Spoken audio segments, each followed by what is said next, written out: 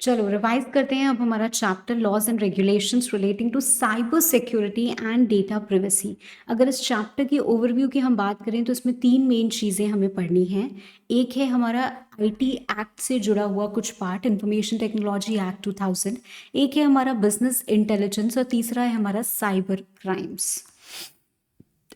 Although we have a lot of framework and background जो हमें इस चैप्टर को पढ़ने से पहले समझना चाहिए, but because now we are revising so we are not getting into the framework and background, we are only getting into the core content जो हमारे सिलेबस में इंक्लूडेड है।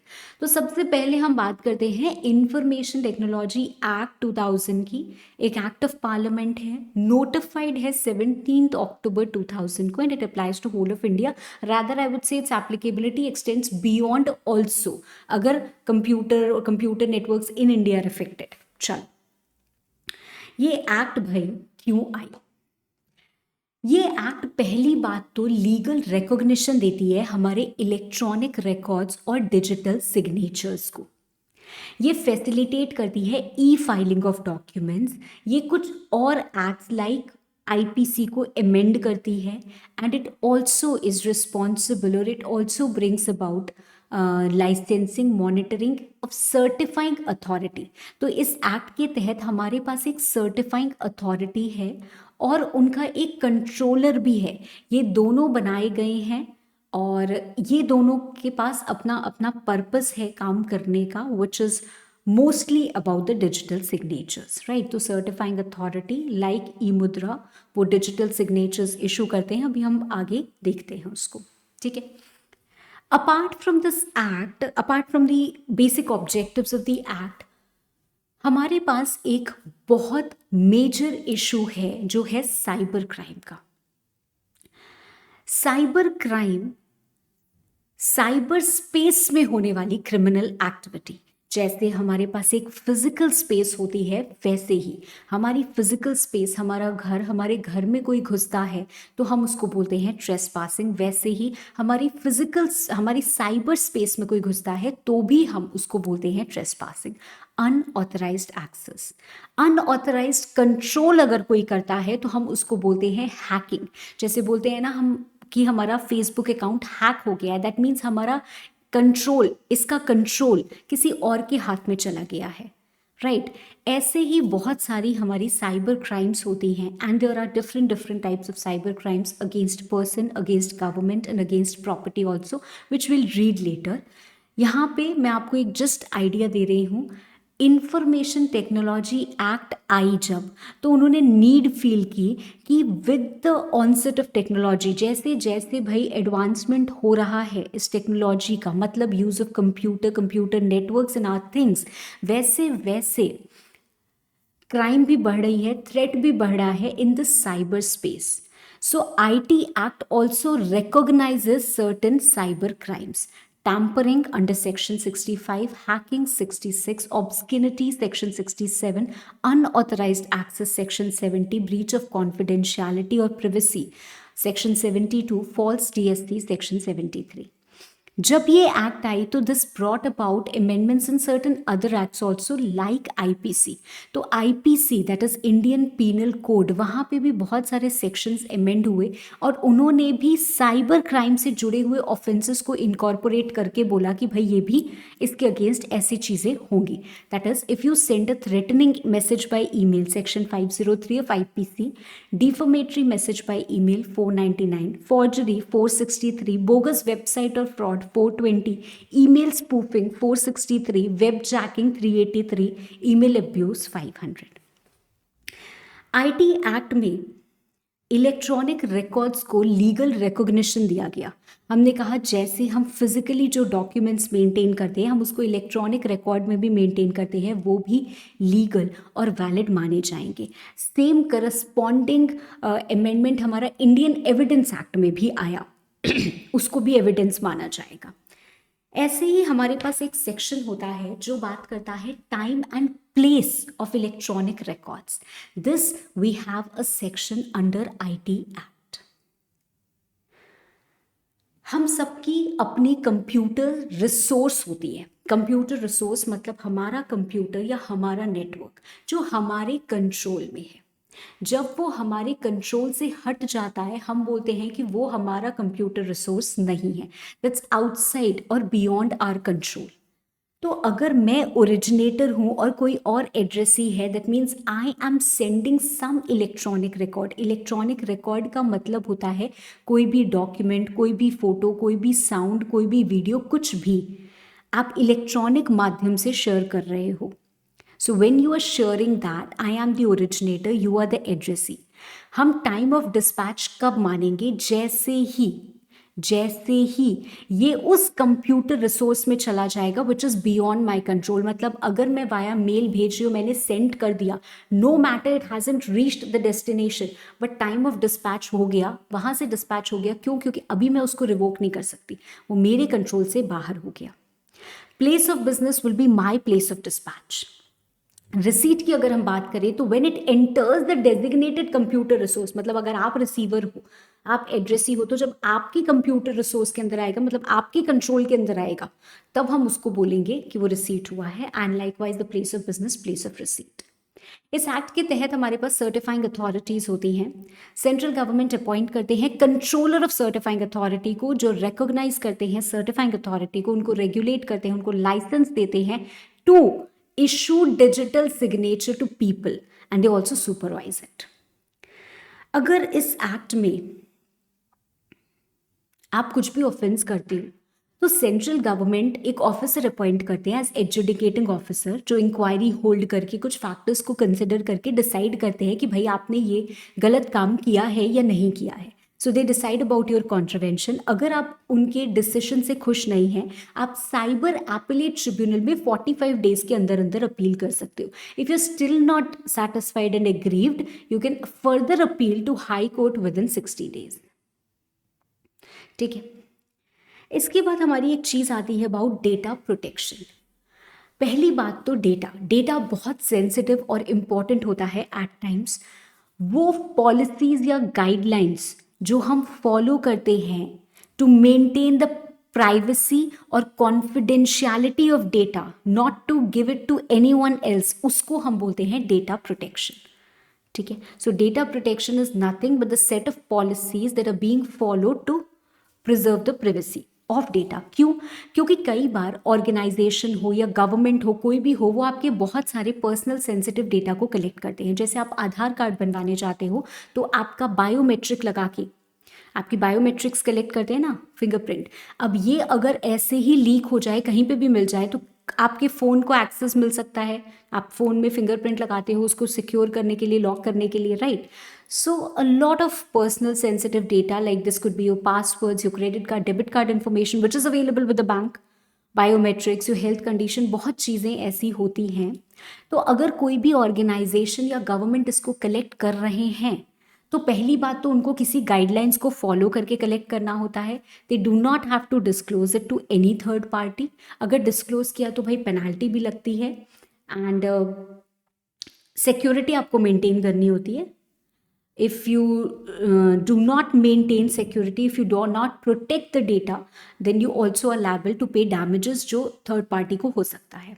कौन सी गाइडलाइंस फॉलो करनी होती है मैम? आप डेटा तभी कलेक्ट करोगे जब आप लॉफुल पर्पस के लिए कर रहे हो। पहली बात, आप जिससे भी डेटा कलेक्ट कर रहे हो उसको पता होना चाहिए कि आप उसका डेटा कलेक्ट कर रहे हो।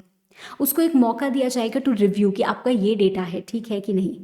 उसकी सिक्योरिटी मेंटेन करना आपकी रिस्पॉन्सिबिलिटी है और उसके रिस्पेक्ट में आपको एक डेजिग्नेट करना होगा ग्रीवियंस ऑफिसर, जिसके बारे में आप बताएंगे and which will be available to deal with the issues. कुछ ऐसी इंफॉर्मेशन होती है जो पब्लिक डोमेन में फ्रीली अवेलेबल होती है, उसको हम पर्सनल सेंसिटिव डेटा नहीं मानते हैं। Next we come to the second set, that is business intelligence. Business intelligence simply technology based process है जिनके बहुत सारे टूल्स, सॉफ्टवेयर, एप्स आती हैं हमारी, कुछ फ्री कुछ पेड। ये क्या करता है? ये हमारे रॉ डेटा को इन्फॉर्म्ड और you can say useful data में कन्वर्ट करता है। Raw data could be ample of information. भाई 50 लाख की सेल्स है वो है, पर 50 लाख की सेल्स में से कुछ यूजफुल इंफॉर्मेशन हमको निकल के आई कि 70% वुमेन कस्टमर्स हैं हमारी। इस यूजफुल इंफॉर्मेशन से marketing department, production department, sales department, अलग अलग लोग अलग अलग फ़ायदा उठा सकते हैं and they can make data driven informed decision. ठीक है, so they can improve the efficiency, वो रेवेन्यू में इंक्रीज होता है. They also gain competitive advantage over their rivals. ये बीआई का प्रोसेस कैसे काम करता है भाई? हर ऑर्गेनाइजेशन में डेटा अलग अलग तरीके से होता है. हो सकता है कलेक्टिव एक जगह आपको डेटा मिले या हर डिपार्टमेंट का अलग अलग मिले. सबसे पहला स्टेप होता है डेटा प्रिपरेशन.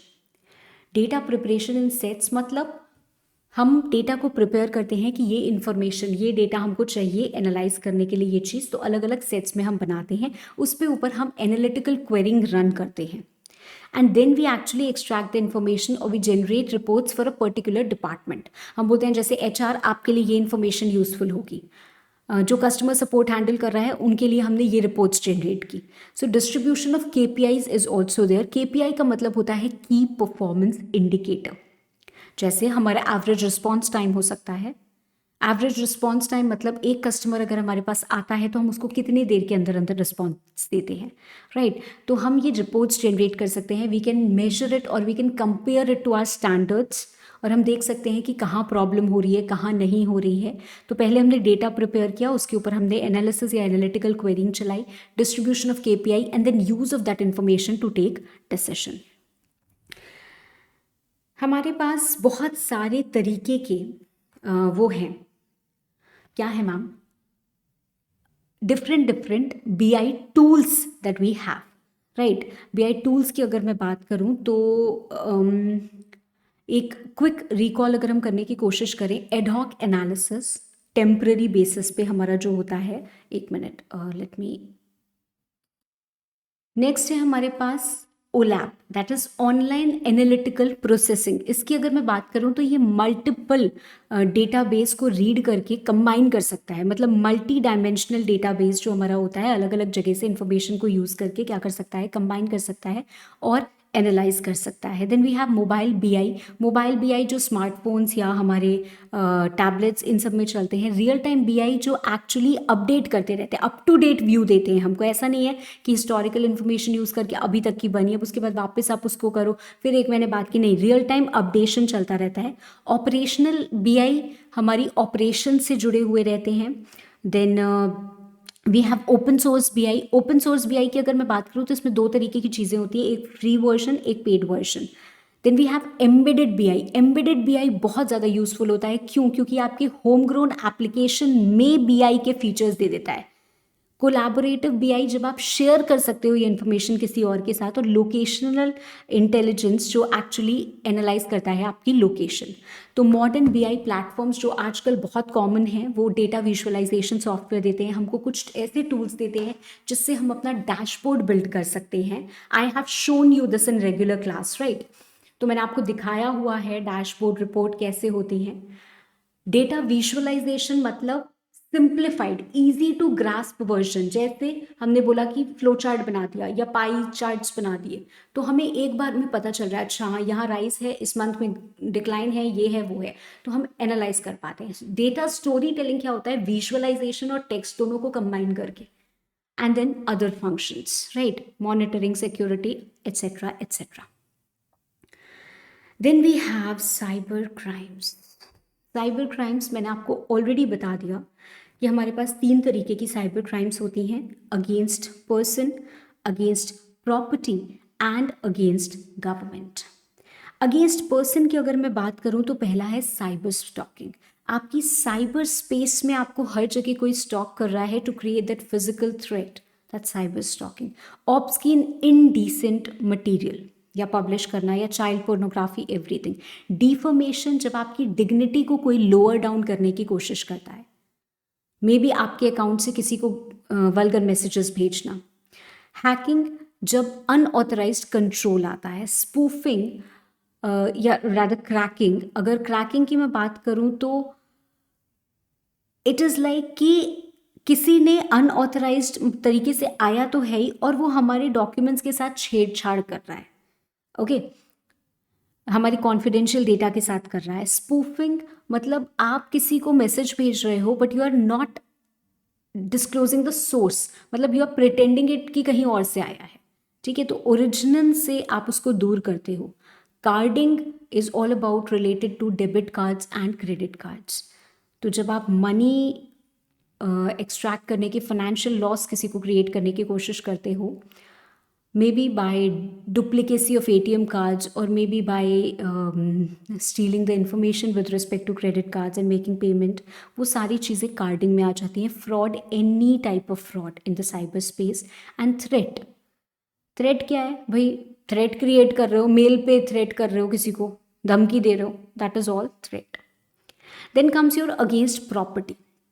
सबसे पहले स्क्वैटिंग की बात करें तो दो लोग लड़ रहे हैं सेम डोमेन के लिए.